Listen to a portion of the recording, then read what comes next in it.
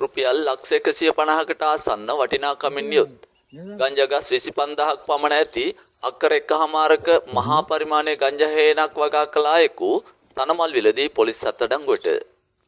Thanamalwila මූලස්ථාන police ස්ථානයේ නිලධාරීන් පිරිසක් විසින් තනමල්විල හම්බෙගමුව ආරම්භකම ප්‍රදේශයේ උණකන්ද රක්ෂිතයේ සිදු කළ වැටලීමකදී අක්කර 1.5ක පමණ මහා පරිමාණයේ ගංජා හේනක් වටලා සැකකරුවෙකු අත්අඩංගුවටගෙන තිබේ.